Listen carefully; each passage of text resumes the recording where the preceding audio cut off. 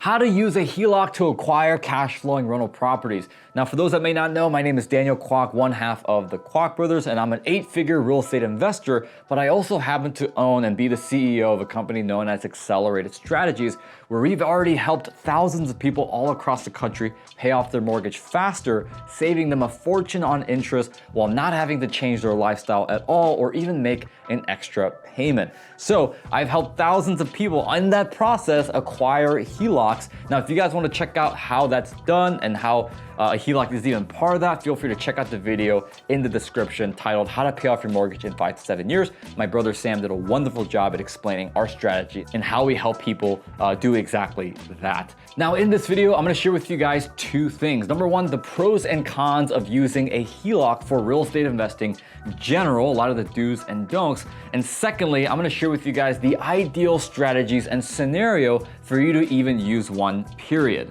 Now, please watch until the end because I'll talk about what everyone absolutely should not do with their HELOC. And I've actually seen people lose tens of thousands of dollars because of this thing I will tell you not to do towards the end of the video. Okay, so without further ado, let's go ahead and start with the pros. Now, the first pro is that this is the same as borrowing money from a lender, but this time you're the lender. So for example, let's say you're wanting to flip a house in your neighborhood and you need $100,000 to complete the rehab. If you go to a hard money lender or anyone offering short-term loans, they'll probably charge you 8 to 12% interest on the money, which is the same as what you would pay as the interest rate on a HELOC or any line of credit for that matter. The big difference, however, is that when using a lender, you're most likely paying points and fees up front. In fact, most lenders charge 2 points up front, meaning if you borrowed $100,000 needed to do the deal, and considering 1 point is equivalent to 1%, you're paying $2,000. Not to mention, you're most likely also paying additional fees up front as well, which can range anywhere from an additional 2 to 5% of whatever you're borrowing. So meaning that if you are borrowing $100,000 total, you're paying the 2 points up front, which is $2,000, and you're paying anywhere from 2 to 5% additional on top of that as well. Now, granted, if you're using your own HELOC, yes, you'll have to pay fees to get the HELOC initially, which I will have experience in telling you, those are usually between 1.5 to 2.5, 3%. But the beautiful part is once you get the HELOC, you don't have to pay any more fees to borrow more money like you would if you're using an outside institutional lender. Now, the second pro is that you obviously have control over your own HELOC. One of the downsides of having other people invest into your deals is that you're now having to give away parts of the deal to other people.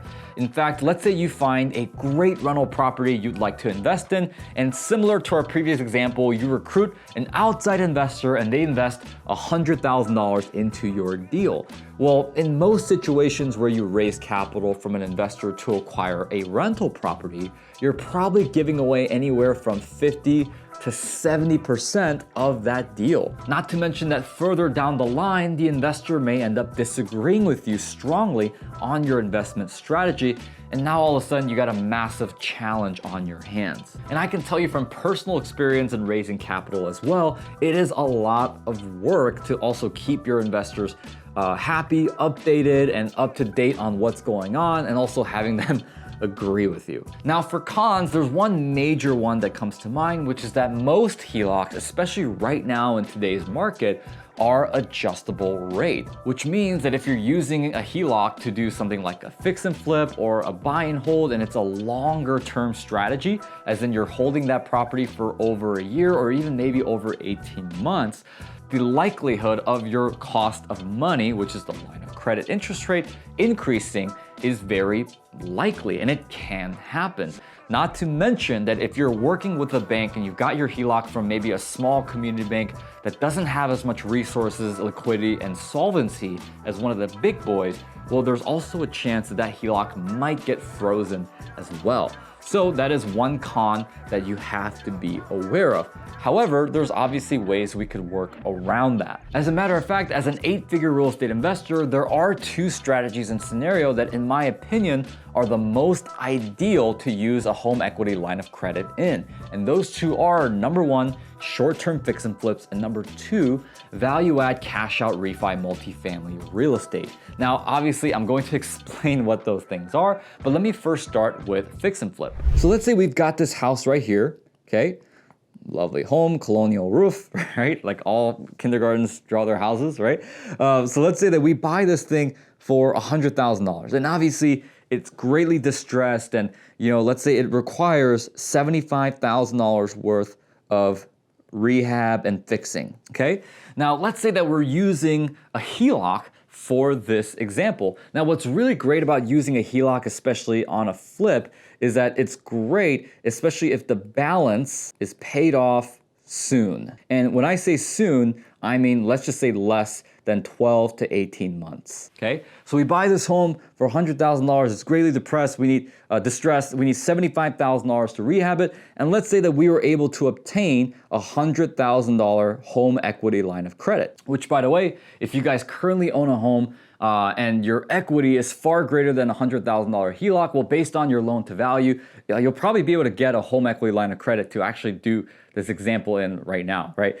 Which, if you want to do so and learn more about that, obviously we have plenty of other videos on our YouTube channel that you'll be able to observe and watch, right? So we have $75,000 in rehab. Now, what's great is that we can then use the $100,000 to fund the rehab. Now, it's beautiful because we don't have to give any of this deal. 100% of this deal is yours. Congratulations, okay? Now, what's beautiful about that is that if we were to sell the property, and let's say the market value of this property is $300,000, well, with the $100,000, $75,000 in rehab, and let's just say an additional $25,000 in closing costs / miscellaneous, well, that means we've profited $100,000 without, again, having to take any outside money. Now, here's the really cool part about using a HELOC in a fix and flip is that if the rehab goes a little longer, if we have 2 to 3 months that the rehab gets extended because maybe the contractor doesn't show up, people don't do what they say they're gonna do, which happens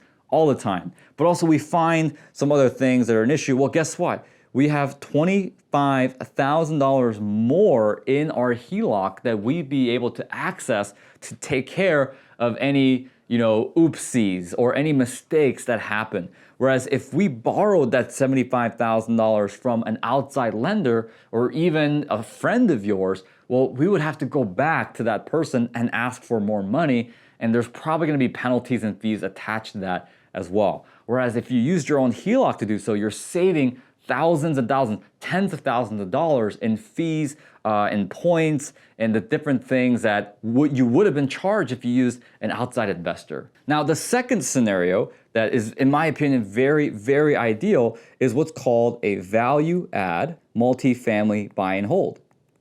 Now, let me explain very briefly and simply what this even is. Okay, there you go, buy and hold. Sorry, my writing isn't very good, as you could tell. Now, what value add multifamily is when, let's say you find a 4-unit building, okay? So in this crazy world, 4 windows implies 4 units, okay? And let's say that it's in really, really bad condition. What value add is when you buy a property that's distressed, you spend time and money fixing it up, and because it's in better condition, you're able to raise the rents, and because you raise the rents, you also increase the value of the property. Hence the name value add, okay? So let's say in this real life scenario, we buy a distressed 4-unit building for, let's say, $200,000. And let's say that we spend $50,000 fixing it up, right? Maybe we put in some new carpet, new paint, we make it look nicer. And let's say because we increase the rent, the value now goes up to $300,000, okay? So we bought this building, and let's say that we put 20% down in the initial purchase. So we put $40,000 down, okay? We spent $50,000 rehabbing it. Let's say we use our $100,000 HELOC, okay? So again, we've got $50,000 more in the balance of the HELOC in case that rehab goes a little longer or it gets more expensive, right? but we spent $50,000 on the rehab of that HELOC. Now the value is at $300,000, 12 months later, let's just say hypothetically, because we fixed it up. Now, in my experience, a $50,000 rehab shouldn't take 12 months as an experienced landlord, but let's just say in this world it does, right? So we got it to $300,000, which means at this point we got $140,000 worth of equity in this 4-unit building. Now, what you can do at this point, because I'm gonna do some math here. So if we have $140,000 equity in a $300,000 multifamily building, that means our loan to value is 54%, because our loan in this case is $160,000 is what's remaining on the balance of the loan. So our loan to value ratio is 54%. Now, if your bank allows refinances, like cash out refis, up to, let's say, 75% loan to value or 80% loan to value, right? We're now able to take some money, convert that $140,000 equity to cash. And what's great about cash out refinances, so you do a refinance and you take some money out of that building, what's great about that is that all of that is tax-free because it's technically not income, it's actually a loan. So we don't have to pay any taxes on any of the cash that we take out in the equity. So let's say in the example that the bank wants 80% loan to value, right, at all times in the building. So if we have $300,000 as the value, that means the highest our loan balance can go is $240, okay? Well, right now our balance is $160, meaning that we have $80,000 worth of equity that if we wanted to we can convert into cash. Now, obviously that $80,000 could be used to pay off the $50,000 line of credit, leaving us with a profit of $30,000. And oh, by the way, with still this 4-unit building as part of our portfolio. Now, obviously we're in a position where we can keep the $50,000 balance on there. We could pay it off, or we could take that $80,000 and go off and do the next deal and repeat the process again and again and again and again, right? So that strategy is actually called the Bird Method. There's a lot of great videos on YouTube about it. But before I wrap up this video, I wanna say one really, really important thing that I believe if you have a HELOC right now, you absolutely should not do. And that is, my friends, to lend on somebody else's deal using your HELOC. Do not, I repeat, do not do that. In fact, let me show you a situation on if you were to do a flip and you lent somebody your HELOC funds to complete the deal, right? So we've got our house right here, okay? You have the person doing the deal, okay? And then you have you. So this is you, this is the person doing the deal, okay? Now, this person right here is probably gonna give you, for borrowing your money, 8 to 12%. However, you, having the HELOC, will probably be charged 8 to 12%. Now, if you guys noticed, it's the same number. Meaning there's absolutely very little, if not zero, reward for you lending out that money, and there's all the risk that you're taking in the meantime, because that 8 to 12% that you're going to make lending that money to the individual, well, guess what? That's being paid to the bank for them giving you the HELOC and having that balance on your HELOC. All the while, if something goes wrong or if the deal goes south, which happens all the time, especially in flips, well, you're the person that has all the money and the risk involved. And I've seen, guys, as a real estate coach, as somebody who's been doing this for over a decade now, I see it all the time, almost monthly, where somebody uses their HELOC, they lend to someone doing a deal, something goes wrong, and they end up losing a lot of money in the process because they took on all the risk for very, very little reward. But they got involved because they just wanted to do a deal. It's not worth it, I can assure you. So hopefully this video was educational and value to you guys. If you guys enjoy this content, please like and subscribe, and I'll see you guys in the next one.